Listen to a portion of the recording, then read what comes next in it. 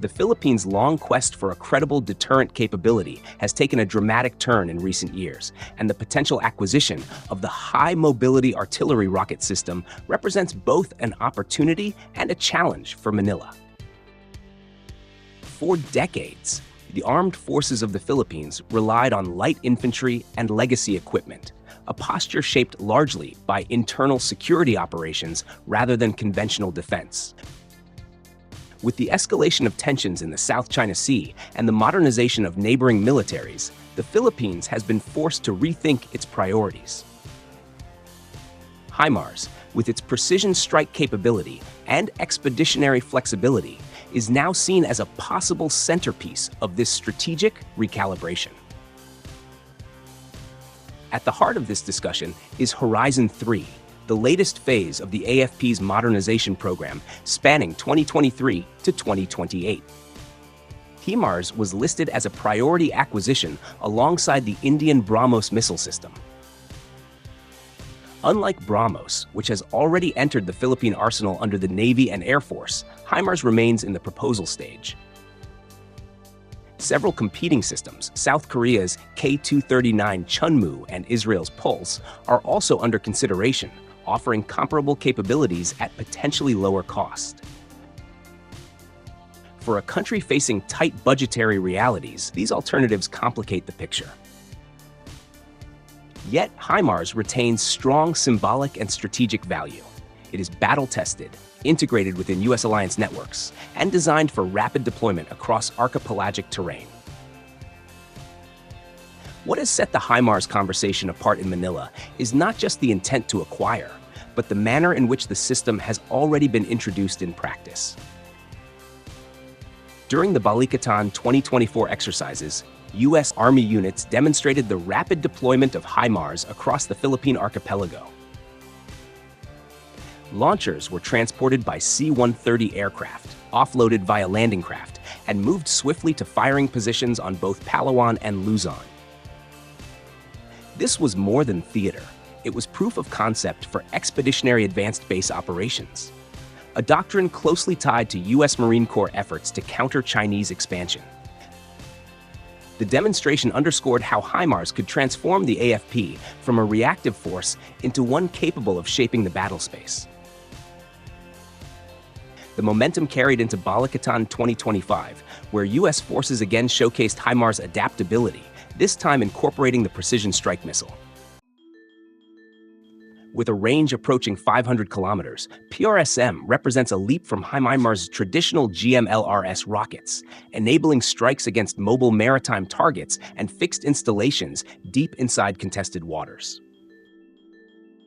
For the Philippines, whose geography straddles key maritime choke points, such a capability is not merely desirable, it is strategic necessity. Luzon overlooks the Bashi Channel, Palawan sits across from contested reefs, and Mindoro covers approaches to the Sulu Sea. HIMARS, properly integrated, would allow Manila to impose costs on any hostile force attempting to operate within its near seas. Yet the story is not without complications. During Balikatan 2023, a HIMARS unit fired 6 rounds at a retired target vessel in a sinking exercise. None of the rounds achieved a direct hit. While the circumstances reflected the limitations of current rocket munitions against moving naval targets, the episode highlighted a critical gap. Without dedicated anti-ship munitions, HIMARS risks being confined to land attack roles. The PRSM, which promises an anti-ship variant, may eventually bridge this gap, but acquisition timelines and export approvals remain uncertain. This raises a hard question. Should the Philippines invest heavily in a system that has not yet proven its maritime strike relevance? Or should it focus on platforms like BrahMos that are explicitly designed for the anti-ship role? Budget realities further complicate feasibility. The AFP's modernization fund is finite, and HIMARS is not cheap. Each launcher, its fire control system, and reload vehicles represent a significant outlay, not to mention the cost of munitions. Chunmoo and Pulse, offered at lower prices with flexible munitions packages, tempt policymakers with the promise of more rockets for less money. Manila must therefore weigh not only the performance but also the sustainability of whichever system it chooses. A limited HIMARS fleet may deliver prestige and alliance credibility, but fall short in providing the volume of fire required to deter a determined adversary. Despite these challenges, the political and strategic logic of HIMARS remains compelling. The Philippines' defense establishment has historically struggled to integrate high-end Western technology due to logistical and financial hurdles. HIMARS offers a pathway to plug directly into U.S. systems, training, and operational concepts. Each Balikatan exercise has reinforced this, as Philippine forces trained alongside U.S. gunners, absorbing not only technical know-how but also doctrinal thinking. The fact that HIMARS is deployed by key U.S. allies, Japan, Australia, and several NATO members, further strengthens the argument for interoperability. In any future conflict scenario in the Western Pacific, Manila's ability to operate seamlessly with its allies could spell the difference between deterrence and vulnerability. The regional implications of HIMARS deployment in the Philippines cannot be overstated. To Beijing, the presence of mobile precision strike systems on Luzon or Palawan would represent a new layer of complication in its maritime calculus. Targets in the South China Sea, once considered safe from Philippine retaliation, would suddenly be at risk. This could bolster deterrence, but also invite sharper countermeasures. Analysts have warned that Manila, by hosting an array of missile systems from the United States, India, Israel, and others, risks painting a target on itself. The logic is brutal but clear. The more credible the Philippines' strike arsenal, the more it becomes a priority target in any preemptive strategy. There is also the question of doctrine. HIMARS, while impressive, is not a silver bullet. To function as a genuine deterrent, it must be paired with robust intelligence, surveillance, and reconnaissance networks to identify targets in real time.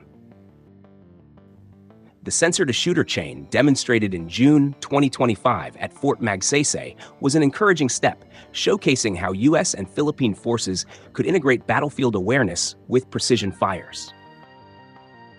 But for Manila to replicate this independently, it must invest in satellites, drones, and radar systems that can feed accurate targeting data.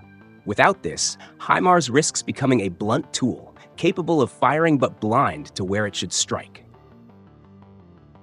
Looking forward, the feasibility of a Philippine HIMARS acquisition will depend on a delicate balance of resources, doctrine, and diplomacy. Financially, Manila must decide whether to accept the higher costs of HIMARS in exchange for assured U.S. support and proven capability, or pivot toward more affordable systems that offer quantity but less strategic depth. Doctrinally, it must adapt from a counterinsurgency mindset to a joint force capable of denying maritime approaches. Diplomatically, it must manage the inevitable backlash from China while assuring its own public that these systems enhance security rather than escalate tensions. In conclusion, the Philippines' interest in HIMARS reflects a broader transformation of its defense posture, from an army focused inward to one preparing to defend its sovereignty against external threats. HIMARS offers range, precision, and credibility, but at a price that Manila must be willing and able to pay. The system's true impact will depend less on its technical specifications and more on how the Philippines integrates it into a coherent strategy of island defense, alliance coordination, and regional deterrence. If pursued with discipline, HIMARS could serve as a linchpin in the Philippines' evolving security architecture. If pursued without sufficient resources and doctrine, it risks becoming an expensive symbol with limited practical value. The stakes are high, not only for Manila, but for the entire balance of power in the South China Sea. Finally, as with every step in this modernization journey, success will depend not on hardware alone, but on political will, institutional reform, and the ability to make hard choices. The Philippine path toward HIMARS is not yet settled, but the debate itself reveals a nation increasingly aware that credible defense is no longer optional. It is a necessity. And the choices made in the coming years will resonate across the Indo-Pacific for decades to come.